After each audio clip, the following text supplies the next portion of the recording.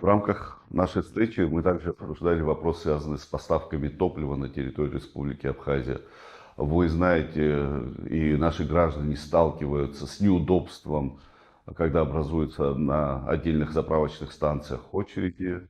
А также зачастую бывает, что на остальных автозаправочных станциях нет топлива. Поэтому мы считаем этот вопрос очень важным.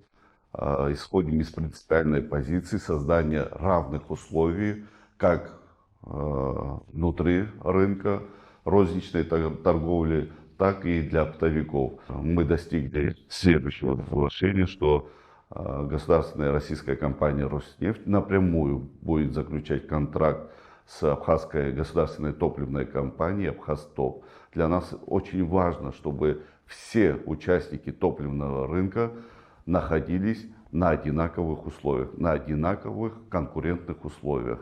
Недопустимо, когда крупные автозаправочные станции продают топливо, а мелкие автозаправочные станции не имеют доступа к топливу. Эта ситуация недопустима. Мы достигли договоренности для того, чтобы создать конкурентные условия на топливном рынке.